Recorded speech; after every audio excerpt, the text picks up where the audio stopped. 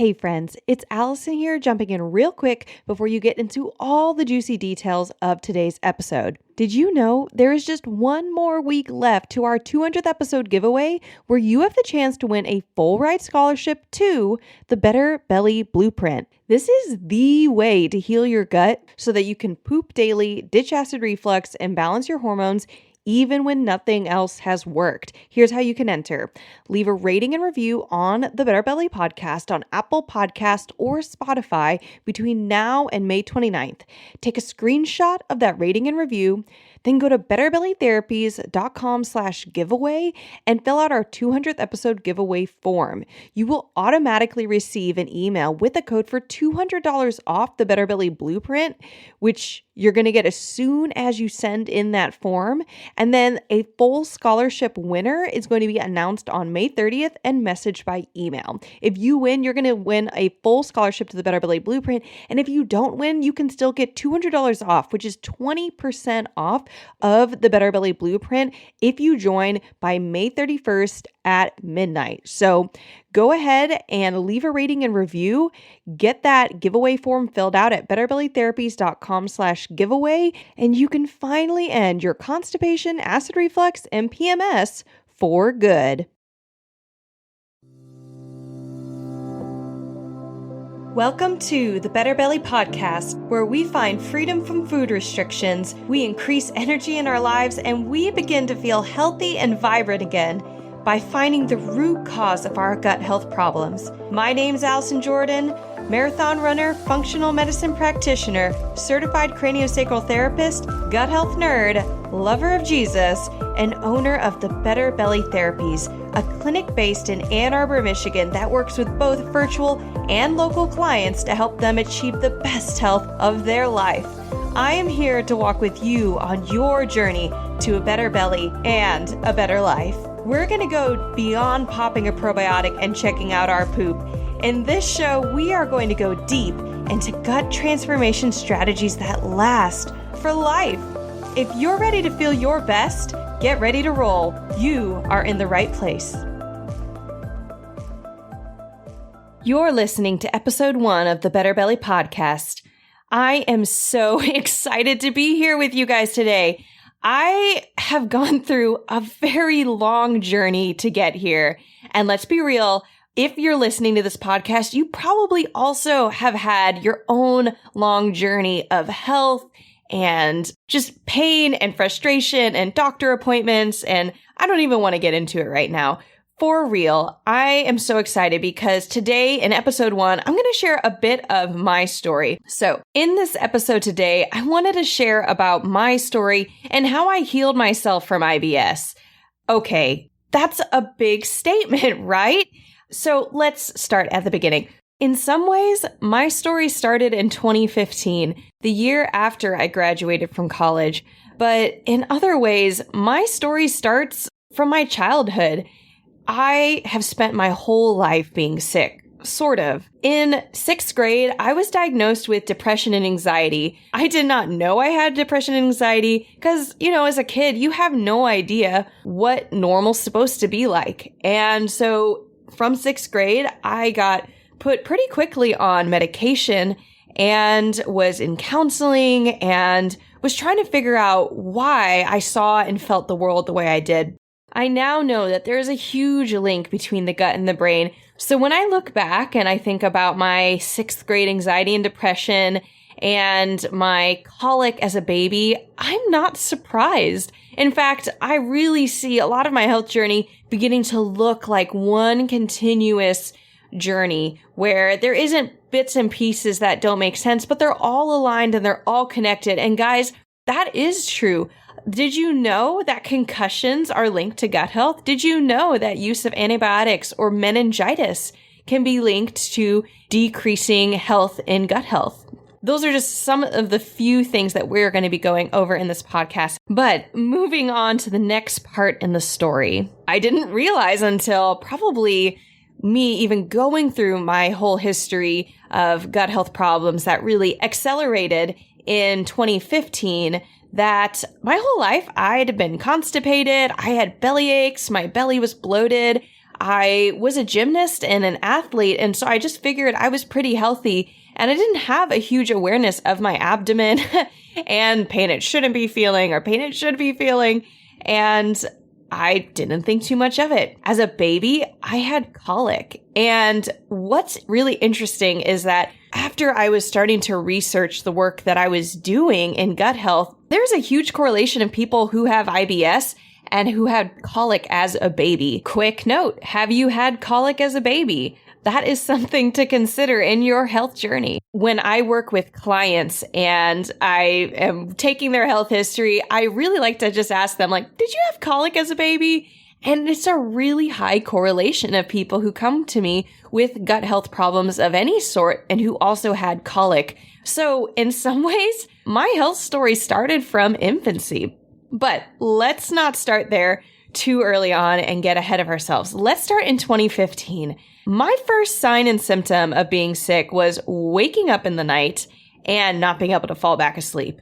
I would wake up and just stare at the ceiling and be wondering, why the heck am I awake? I also noticed that during the day, I was starting to begin to feel unnaturally sleepy. And I don't mean because I was losing sleep at night. I mean, like, I would wake up at 7:45 a.m. and have breakfast and be having a time where I'm journaling and writing and preparing my mind for the day. And an hour later at 9 o'clock or 10 o'clock, I would feel sleepy again to the point that I wanted to take a nap. And I did not understand why I was feeling so tired. I remember actually going to my small group and I was reading the Bible with friends and we were taking prayer requests. And I said, guys, I am not sleeping well. I don't understand what's going on. Would you guys please pray for me? And so didn't really know what was going to happen, but a week later, I had this sudden idea and kind of noticed that I was eating cereal for breakfast every morning. And so I just remember thinking for some reason, I think my belly might be hurting after I eat breakfast. And I said, breakfast is wheat and it's dairy. And I said, well, let's just take out the dairy first. I did not come from a family that did diet restrictions. I didn't come from a mindset at all of diet restrictions. I had some friends who were maybe vegetarian growing up and in college, and that was the most that I'd ever been exposed to intentional limitations in diet other than, not taking in too much sugar, caffeine, things like that. A few months, actually, when I took off the dairy, I started sleeping through the night and all my energy came back. It was incredible. I also realized that there was a low grade chronic level of constipation and bloating that had been going on. And that also resolved pretty quickly from going off dairy. A few months later, though, in 2015, I was on a summer project and I was with my students and my nonprofit I was working with, and we were living there for a month. I was in Chicago and we were on a bus traveling, and suddenly someone made this horrible, very embarrassing comment. And they're like, oh, it smells like the sewage system in here. Man, the sewage in Chicago is so bad. And what they didn't know was that I was having, despite still being off of dairy, I had a bunch of my symptoms return. And at that point, I was having very severe bloating and very, very painful gas and also very smelly gas. I mean, it was for me this dinging moment in my life where I realized that I was sick. There was something wrong. And I remember checking all my foods that summer and looking for dairy. Like, there must be some hidden dairy in the food that I'm eating. And I could not find any dairy. A couple months after that, I went on a trip to Minnesota and was staying with a group of people. Some people I knew, some people I didn't. And on that trip, there were 2 people there who were on something called a low FODMAP diet. I had never heard of this. I wasn't really doing too much internet searching yet for gut health. And I remember just thinking, this is fascinating. These people are thriving on their low FODMAP diet. I was eating their diet and feeling really good on that trip and was really motivated to come back and try this elimination diet that should take about, no more than 3 months and heal my gut and send me on my way. Well, I went back home, went on the low FODMAP diet, and I waited. I just waited for my gut to heal. I tried various remedies. I was making my own kombucha. I was a kombucha queen. I was fermenting my own foods. I was reading blogs at this point, totally into hours and hours looking at Pinterest and asking questions and trying to find people who are on personal journeys or doctors talking about it. And it turned out that the low FODMAP diet didn't work for me. I did it, and I remember my family asking me at every holiday, Thanksgiving, Christmas, Easter, like, when are you going off of this diet? I would have to make my own food every time. And it was exhausting to have to always be making my own things. And it was isolating. And I realized 6 months, 8 months into the low FODMAP diet, I was really sick. I actually started losing hair, which was really grieving to me. If you look at my photos and my timeline around 2016, I had really long hair. And because of it falling out, it became more obvious that my hair was thinning. And so I cut my hair. So you can see this transformation. And I also don't have too many photos of that season either because I felt so miserable. So in 2016, about a year after all my problems started, I keeled in and I went and saw some doctors. Up until then, I'd been kind of hesitant to go and see doctors because I knew that there was a limited amount of things they could say to me. My dad is a pediatric surgeon, and I knew that a lot of times until you had racked up information, you would track your symptoms and you figured out what made things worse or what didn't. Sometimes doctors just didn't have enough information to be able to point to much. So I went and saw a doctor, and then of course I get sent to a gastroenterologist, and they do the classic colonoscopy, endoscopy, blood work. And on top of that, I also went and saw a gynecologist because, to be real, guys and ladies, I had stopped my period about a year prior and kind of kept on waiting for it to come back and never really connected in that year that hormone problems could be connected to my gut health problems at all. So saw a gynecologist, gastroenterologist. They sent me to a nutritionist who basically told me exactly what I was doing with the low FODMAP diet. And honestly, that was a very embarrassing and miserable appointment with the nutritionist because she basically suggested I was in pain because I wasn't doing the low FODMAP diet right. And so she was kind of hunting in all my foods. Well, are you buying this product? Are you buying this product? And she had this whole shelf of foods that I should or shouldn't be eating, and really walked away feeling like I wasn't believed that I was doing it right. At least the low FODMAP diet. Because of course, if I was doing it, I would be healthier. Well, I wasn't. So if you're listening to this podcast, this all might sound familiar to you. It's very common when you have problems like this abdominal pain or bloating or maybe acid reflux going on, that they're going to do those colonoscopies, endoscopies, constipation, diarrhea. All of that is involved in this. And here's the shining point of my story. My turnaround. This was so unique. And it is one of the reasons that I'm starting this podcast. It's one of the reasons that my clinic exists. It's one of the reasons that I am so passionate about not just food blaming and really getting into this mindset that we can get off of food restrictions, is because I was sent to a pelvic floor therapist. Really interesting, guys. I don't know if you are listening to this, if you've been sent to a pelvic floor therapist. I was really struggling with constipation at the time. And so they thought maybe I had some dyssynergy with my muscles, or maybe my mechanics with pooping was wrong. And so again, it was my fault that I wasn't pooping. And side note / I am now friends with this pelvic floor therapist. Shout out to my girl, Allegra. She is awesome. So I went and saw Allegra, and she did something called craniosacral therapy and visceral manipulation on me. And at the time, I really didn't care what she did. She did some, classic pelvic floor therapy like balloon therapy and OTT. And then it ends up getting eaten by bacteria overly much. And you can either get an overgrowth of bacteria, dysbiosis. We feel really crappy. We get that bloating. And my clients, when they would do craniosacral therapy and visceral manipulation, their peristalsis increased. And so they started sleeping better and they had more energy, and they'd come back and be like, what are you doing? I love it. I even had a client with a rare autoimmune disorder called primary sclerosing cholangitis that affected her liver by damaging her bile ducts. She normally had 2 to 3 flare-ups a year. So if you're familiar with an autoimmune disorder, flare-up is like you have it your whole life and on an ongoing basis, but a flare-up's where it gets significantly worse. So it's kind of like catching the flu for them. It's just where all of a sudden their symptoms are worse and they are more likely to need to stay home and they're going to usually be in more pain, whatever the flare-up of their autoimmune disorder is. And so her flare-ups lasted 1 to 2 weeks, she told me, typically, and she would get 2 to 3 a year just by living her average life. Well, she'd been to Mayo Clinic for treatment because her disease is so rare and it's not well researched and there wasn't much she could do about it. And Mayo Clinic kind of said, here's what we know and here's what you can do. And it was pretty limited. She was on a somewhat limited restricted diet. She tried to rest a lot.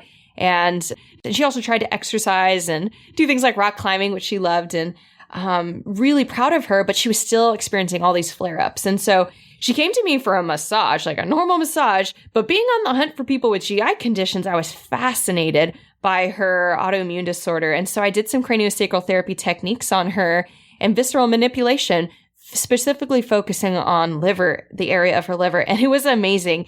In the year of her working with me, she saw me once a month.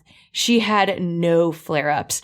And the crazy thing on top of this is that she was in an increased stressful year. Her husband was getting an MBA degree, and so she was working full-time plus studying, and they had recently married and were just figuring things out with work, and it was amazing. It was incredible. She did not, I remember a year after she started working with me, she looked at me, she said, "Allison, I usually get 2 to 3 flare-ups a year, and I got none this year." There were a few times that she did come into me and she was starting to get the onset of flare-ups where she was more tired and she was in more pain and eating food was becoming harder for her. And we would do our normal treatment session and she would go home, and usually in 12 to 48 hours, her symptoms were abating and she would return back to work. It was incredible.